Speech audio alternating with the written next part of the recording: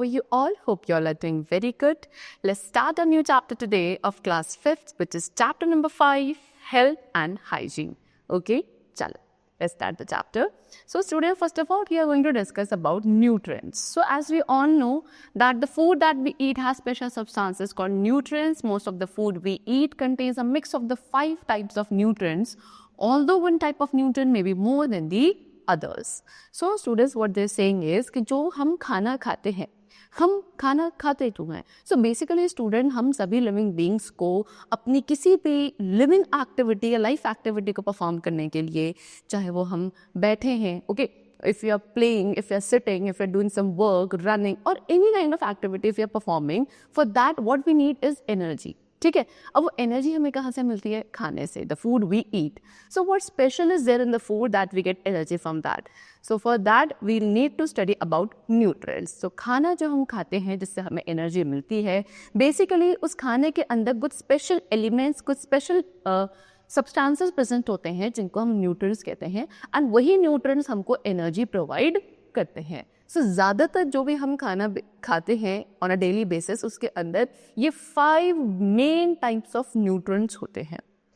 ये हो सकता है कंडीशन कि कोई भी एक न्यूट्रिएंट की क्वांटिटी ज़्यादा है, दूसरे न्यूट्रिएंट की क्वांटिटी कम है, लेकिन मेनली यही 5 न्यूट्रिएंट्स हमारे खाने के अंदर प्रेजेंट होते हैं. Okay, and these 5 nutrients are carbohydrates, fats, proteins, vitamins and minerals. Okay, चलो.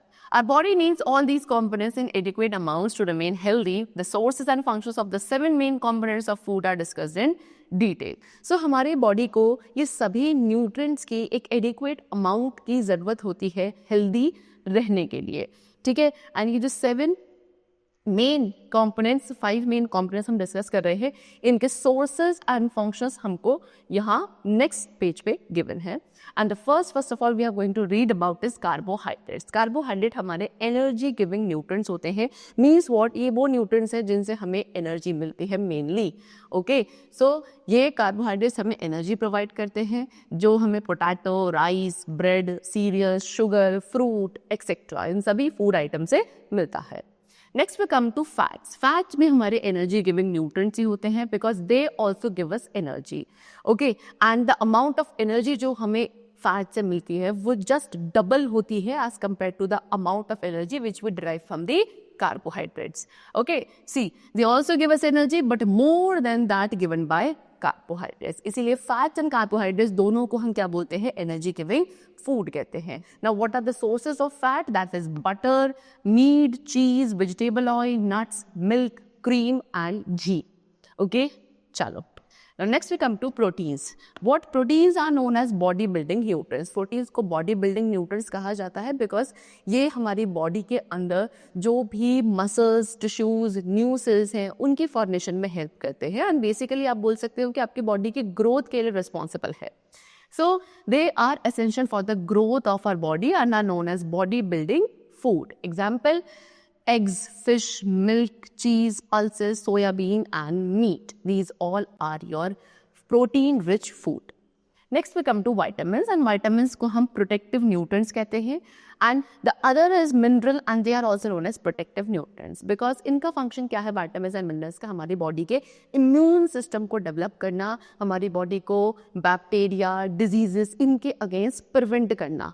हमारी बॉडी के अंदर जो एंटीबायोटिक्स है उनको बनाया जाता है, या हमारी बॉडी को एक फाइटिंग बॉडी बनाया जाता है so that we can fight against all those harmful bacterias and germs. Okay, see, so vitamins have no energy value. Very important, vitamins में कोई एनर्जी वैल्यू नहीं होती है, लेकिन इनकी हमें क्वांटिटी फिर भी रिक्वायर्ड होती है इन अ वेरी स्मॉल अमाउंट. ज़्यादा क्वांटिटी रिक्वायर्ड नहीं है बॉडी को वाइटामिन्स एंड मिनरल्स की, थोड़ा ही रिक्वायर्ड है लेकिन ज़रूरी है. ओके, वाइटामिन्स क्या करते हैं? They help to fight the diseases causing germs which enter out body. ऐसे जर्म्स जो हमारी बॉडी के अंदर एंटर हो जाते हैं and they can cause any kind of disease, उनके अगेंस्ट फाइट करने की एबिलिटी बनाता है कौन? Vitamins and minerals. हमारी बॉडी को vitamin A, B, C, D, E, K, okay, इन सभी विटामिन्स की रिक्वायरमेंट होती है. Fresh fruit, vegetables, eggs, fish, इन सभी के अंदर विटामिन्स प्रेजेंट होते हैं. Next we come to minerals. Minerals को भी हम प्रोटेक्टिव न्यूट्रिएंट्स कहते हैं एंड विटामिन्स की तरह ही मिनरल्स भी हमारी बॉडी की नॉर्मल फंक्शनिंग के लिए रिक्वायर्ड होते हैं। मिनरल्स भी हमें एनर्जी प्रोवाइड नहीं करते, लेकिन इनकी small quantity is essential for our body.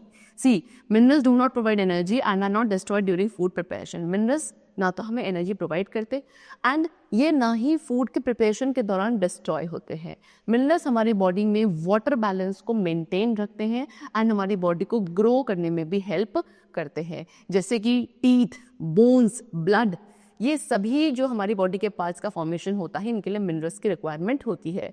And minerals हमें मिल्क, फ्रूट्स, वेजिटेबल, एग्स, इन सभी प्रोडक्ट से मिलते हैं। ओके, चलो now next we come to water. So water is not a nutrient, yet it is important for our body. It helps the body cells to do work, digest food and takes the nutrients from the body, from the food to the different cells of our body. It helps to maintain our body temperature and removes the waste products from our body in the form of urine and feces. We should drink at least 7 to 8 glasses of water every day. So what they are saying कि water एक nutrient नहीं है, लेकिन फिर भी ये हमारी body के लिए बहुत ज़रूरी है, बिकॉज ये हमारी बॉडी के सेल्स को वर्क, डाइजेस्ट फूड एंड खाने के अंदर से फूड के जो न्यूट्रिएंट्स हैं उनको एब्जॉर्ब करके हमारे हर एक बॉडी सेल तक ट्रांसपोर्ट करने में हेल्प करता है वाटर। हमारे बॉडी टेम्परेचर को मेंटेन करता है, बॉडी में जो वेस्टेज हैं उनको बॉडी से रिमूव करने में हेल्पफुल होता है। किस फॉर्म में? यूरिन एंड फेसेस के फॉर्म में। So at least 7 to 8 glasses of water हमें ऑन अ डेली बेसिस पीना चाहिए। Now next we come to roughage. Roughage क्या है? Roughage is the undigested part of our food. हमारे खाने का undigested part यानी कि डाइजेस्ट नहीं होता है, उसे हम roughage कहते हैं। अब it doesn't mean कि अब वो डाइजेस्ट नहीं होता है तो वो हमारी बॉडी के लिए गलत है, नहीं, ये हमारे बॉडी का जो डाइजेस्टिव सिस्टम होता है उसके लिए roughage बहुत ज़रूरी होता है। कोई भी न्यूट्रिएंट प्रोवाइड नहीं करेगा, ना ही बॉडी में डाइजेस्ट होगा, लेकिन फिर भी ज़रूरी है। सो बेसिकली खाने के अंदर जो फाइबर कंटेंट होता है that is known as roughage. Okay, so it is the undigested part of our food. It helps to move food through our digestive system and allows proper removal of wastes from our body. खाने का जो movement होता है हमारे digestive system में या body से जो वेस्ट बाहर निकल पाता है, इन सभी के लिए रफेज बहुत ज़रूरी है। हमारी बॉडी से वेस्ट आसानी से निकल जाए, हमारे जो इंटेस्टाइन के मसल्स हैं वो एक अच्छी फंक्शनिंग में रहे, ये सभी फंक्शन होता है रफेज का। ओके, एंड ये whole cereal, salad, corn, wheat, इन सभी फूड आइटम्स में प्रेजेंट होता है। Now next we come to balanced diet. What is balanced diet? A diet that contains adequate amount of different components of food required for the healthy functioning of our body is called a balanced diet. एक ऐसी diet जिसके अंदर जितने भी components of food हैं वो सब एक adequate amount में present होते हैं, okay, so that किसी भी human being की functioning जो है body functioning को एक properly run करती रहे, उस डाइट को balanced diet कहा जाता है। ओके, सो एक ऐसी मील जिसके अंदर रोटी, leafy vegetables, cereal, pulses, milk product, fruits, ये सभी होगा, वो एक बैलेंस डाइट होगी।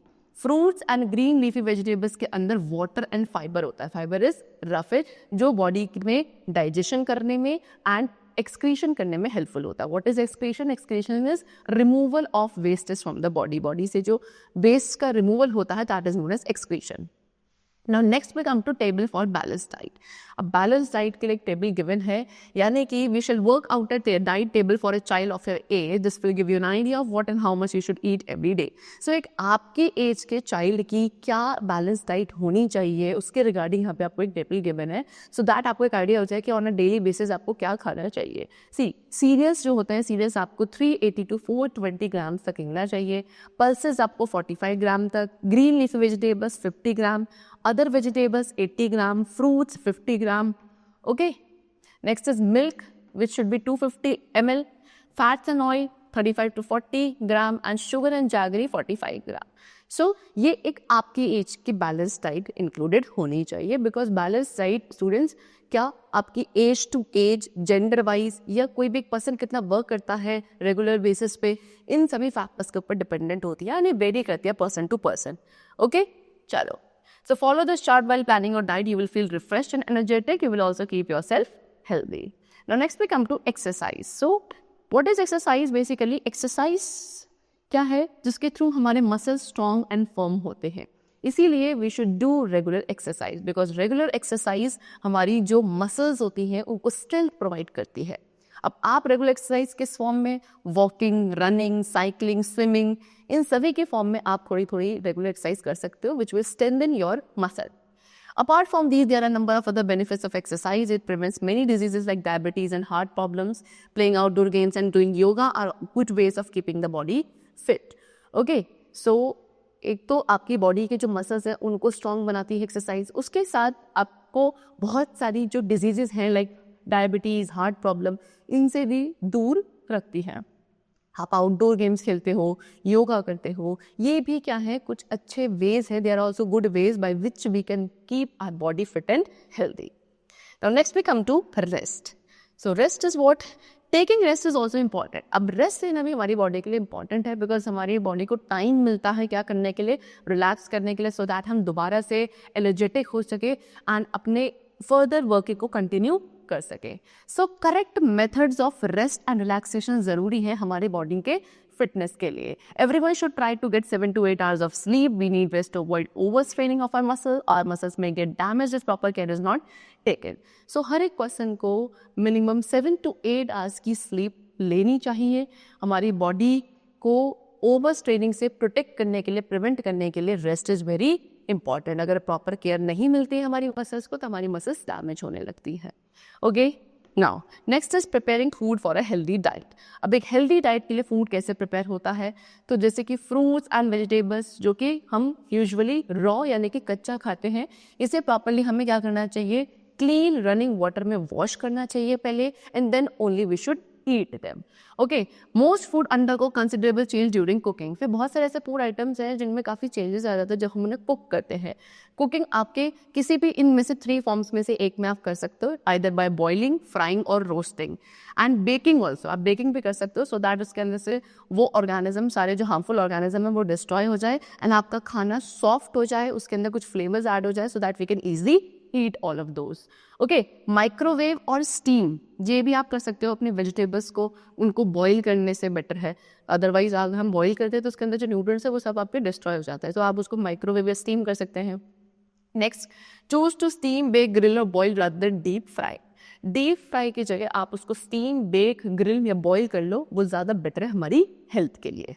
Now the next topic is diseases.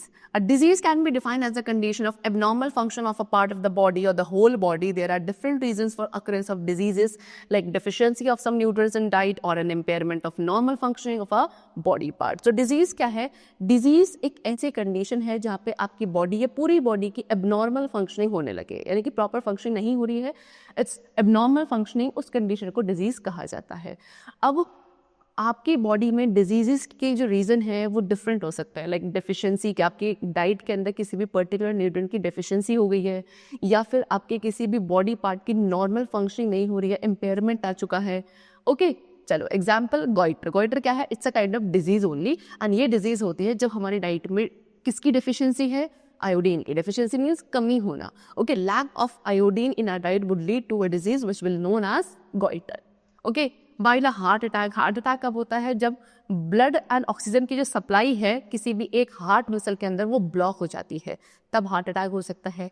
उसके बाद बहुत सारी डिजीजेस हैं जो 1% टू अदर आपकी स्प्रेड होती है, एंड कुछ डिजीजेस स्प्रेड नहीं होती है. इस बेसिस पर हम डिजीजेस को 2 टाइप्स में क्लासीफाई करते हैं. Number 1 is communicable and the other is non-communicable diseases. So first of all, we are going to discuss about communicable diseases. What are communicable diseases? The diseases that can be transmitted from one person to another. वो diseases जो एक person से दूसरे person तक transmit हो जाती हैं, यानी कि स्प्रेड हो जाती हैं, they are known as communicable diseases. Okay, and communicable diseases को हम इन्फेक्शियस डिजीजेस भी बोल सकते हैं. Example, malaria, dengue, plague, cholera etcetera. ये डिजीजेस किसके थ्रू होती हैं? जर्म्स के थ्रू स्प्रेड होती हैं, एंड ये जर्म्स आपके infected food, water, air, insect bite या उस इन्फेक्टेड पर्सन के अगर आप डायरेक्ट कॉन्टैक्ट में आते हो, तो ये सारे कुछ रीजंस हैं जिसकी वजह से इन्फेक्शियस या फिर कम्युनिकेबल डिजीजेस के जो जर्म्स हैं वो स्प्रेड हो जाते हैं from one person to the another. And the best way communicable diseases को प्रिवेंट करने का जो बेस्ट वे है वो क्या है कि हम अपनी body, food, water and surroundings को प्रॉपर हाइजीनिक कंडीशंस में रखें. Then only we can prevent the communicable diseases. Now next we come to non-communicable diseases. Non-communicable diseases वो diseases है which do not get transmit or which do not get spread from one person to another. ठीक है, those diseases are known as non-communicable or non-infectious diseases. See, so diseases that cannot be transmitted from one person to another are known as non-communicable diseases. Example क्या है? Anemia, cancer, scurvy, rickets and beriberi. ये diseases किसी भी particular nutrient की deficiency से नहीं होता है, ओके, एंड इसीलिए इसको डेफिशिएंसी डिजीजेस कहा जाता है. चल सॉरी, आपकी डाइट के अंदर अगर कोई पर्टिकुलर न्यूट्रिएंट की डेफिशिएंसी होती है, कमी होती है, that is the reason for the occurrence of non communicable diseases, and इसीलिए हम इन्हें डेफिशिएंसी डिजीजेस भी कहते हैं. So non communicable disease are the result of unhealthy lifestyle और they may be present at birth. Non communicable disease हो सकता है या तो बाय बर्थ आपके अंदर हो या फिर आपका एक अनहेल्दी लाइफस्टाइल है, उसकी वजह से भी ये आपके अंदर डिजीजेस हो सकती हैं. ओके, सो अब यहाँ पे हमें टेबल गिवन है जहाँ पे नेम ऑफ डिजीज है एंड उसका मोड ऑफ स्प्रेडिंग यानी किस मोड के थ्रू वो स्प्रेड होता है वो गिवन है. जैसे कि चिकन पॉक्स एंड मीजल्स, सो इसका मोड क्या है? अगर आप इन्फेक्टेड पर्सन के डायरेक्ट कॉन्टैक्ट में आते हो तो आपको ये डिजीजेस स्प्रेड हो सकती हैं. Next is TB and common cold, ये स्नीजिंग या कफिंग के थ्रू स्प्रेड होता है. कॉलरा, टाइफाइड, डायरिया, ये भी इन्फेक्टेड या जो कंटेमिनेटेड गंदा पानी है उसके थ्रू होता है. Next is malaria and dengue, जो मॉस्किटो बाइट से स्प्रेड होता है. ओके, चलो. Next is diseases due to lack of a certain component in the diet can be easily cured by including particular food item based on that component. So ये diseases जो किसी भी particular component की deficiency की वजह से होता है आपके डाइट में, इनको आप इजीली क्योर कर सकते हो. कैसे? आप उस उस कंपाउंड को ज़्यादा इंक्लूड कर लो अपनी डाइट में, फिर वो डिजीज इजीली क्योर करी जा सकती है. सो आपको एक लिस्ट यहाँ पे गिवन है सारी आपकी डेफिशिएंसी डिजीजेस की. So number 1 is vitamin A, यानी कि अगर विटामिन ए की कमी है आपके बॉडी के अंदर, सो जो डिजीज होती है that is known as night blindness. Night blindness में क्या होता है कि हमें डिम लाइट या नाइट में चीज़ें विजिबल नहीं होती हैं. सो कौन से फूड सोर्सेज हैं जो हमें अपनी डाइट में इंक्लूड करना है to prevent these diseases? That is all yellow fruits, जितने भी येलो फ्रूट्स एंड वेजिटेबल्स हैं, ये सब अच्छे सोर्सेज है विटामिन ए के. That is carrot, mango, papaya, tomato, green vegetable, they all are rich in vitamin A. Next पे come to vitamin B. Vitamin B आपके बहुत सारे टाइप्स का होता है, that is B1, B2, B6, B12, and इसकी deficiency से जो डिजीज होती है that is known as beriberi. Okay, beriberi या वेट लॉस होने लगता है, आपकी बॉडी की प्रॉपर ग्रोथ नहीं होता, नर्वस सिस्टम डिसऑर्डर हो जाता है. So what are the food items which we include? Milk, nuts, egg, cereal, meat, dark green vegetables, ये सब क्या रिच सोर्सेज है विटामिन बी के. नेक्स्ट पे come to vitamin C. Vitamin C की कमी से होता है स्कर्वी, जिसका जो कैरेक्टराइज किया जाता है, यानी कि आपके जो गम्स हैं वो ब्लीडिंग गम्स हो जाते हैं, यानी कि इनमें से आपकी ब्लीडिंग होने लगती है मसूड़ों में से. ओके, इसको आप सेलर्स डिजीज भी बोलते हो स्कर्वी को. टोमेटो, सिट्रस फ्रूट जैसे कि आंवला, लेमन, ऑरेंज, फिर भी खट्टे फ्रूट्स हैं, ये अच्छे सोर्स हैं विटामिन सी के. Next we come to calcium and phosphorus, ये आपके मिनरल्स हैं. इनकी डेफिशिएंसी से आपकी जो बॉडी है उसमें जो बोन्स हैं, हड्डियां हैं, वो फ्रेजाइल हो जाती हैं, बॉडी में फ्रैक्चर आने के चांसेस ज़्यादा हो जाते हैं, टीथ भी प्रॉपर्ली डेवलप नहीं हो पाते हैं. सो आपको कैसे फूड खाना चाहिए जो कैल्शियम रिच हो? कैल्शियम रिच फूड इंक्लूड करने के लिए मिल्क, कॉटेज चीज़, बीन्स, ये सब खाना है. एंड फॉस्फोरस रिच फूड में आप milk, meat, fish and green vegetables को इंक्लूड कर सकते हैं. Next we come to vitamin D. Vitamin D की डेफिशिएंसी से होता है रिकेट्स, यानी कि इसमें आपकी जो बोन्स है काफ़ी सॉफ्ट एंड डिफॉर्म हो जाती हैं. पिजन चेस्टेड, यानी कि आपकी चेस्ट एक पिजन शेप हो जाती है इस तरीके से. तो सनलाइट एक अच्छा सोर्स है गुड विटामिन डी का. Fish liver oil, milk and butter, ये भी गुड सोर्सेज है ऑफ विटामिन डी. ओके, चलो. Now next we come to vaccine. Vaccine क्या है? It is a biological preparation that provides active acquired immunity to a particular infectious or malignant disease. Vaccines are substances that make the body resistant towards diseases. Vaccines can be injected or given orally to a person. Vaccine क्या है? एक biological preparation है जो क्या करता है, किसी भी पर्टिकुलर इन्फेक्शियस या मेलिग्नेंट डिजीज के अगेंस्ट इम्यूनिटी प्रोवाइड करता है. ओके ऐसे सब्सटेंसेस जो हमारी बॉडी को किसी डिजीज़ के, किसी बीमारी के अगेंस्ट रेजिस्टेंट बनाए, यानी कि उसके अगेंस्ट फाइट करने की कैपेबिलिटी बनाई जाती है। वैक्सीन्स को या तो आप किसी पर्सन को इंजेक्ट कर सकते हैं, यानी कि इंजेक्शन के थ्रू उसको आप पर्सन में इंसर्ट कर सकते हैं, या फिर आप ओरली भी वैक्सीन प्रोवाइड कर सकते हैं। सो वैक्सीन बहुत सारी डिजीज़ के लिए है। पर्टिकुलर डिजीज़ के लिए एक पर्टिकुलर वैक्सीन होती है जो दी जाती है किसी भी पर्सन को, like polio, TB, measles, chickenpox, whooping cough etcetera. इन सभी बीमारियों के लिए हम वैक्सीनेशन दे सकते हैं। ज़्यादा वैक्सीनेशन आपको कब दी जाती है? बच्चों को, यानी कि जब आप बहुत छोटे होते हो तब आपको इन सभी डिजीज़ के लिए पहले ही वैक्सीन ले ली जाती है। ओके देखो यहाँ पे आपको एक चार्ट गिवन है, वैक्सीनेशन चार्ट। यहाँ आपको एज बताई है कि किस एज में कौन सी वैक्सीनेशन दी जाती है एंड वो किस डिजीज़ को रेजिस्ट करती है, किसके अगेंस्ट फाइट करती है। जैसे कि एट बर्थ के टाइम पे BCG दी जाती है जो ट्यूबरक्लोसिस के लिए होती है। नेक्स्ट इज 6 वीक, यानी कि जब आपका जो बेबी है वो 6 वीक to 9 मंथ के बीच का होगा, तब आप उसको triple antigen that is DPT and polio vaccine, उसमें 3 डोज होती है जो 1 मंथ में 3 इंटरवल्स में दी जाती है।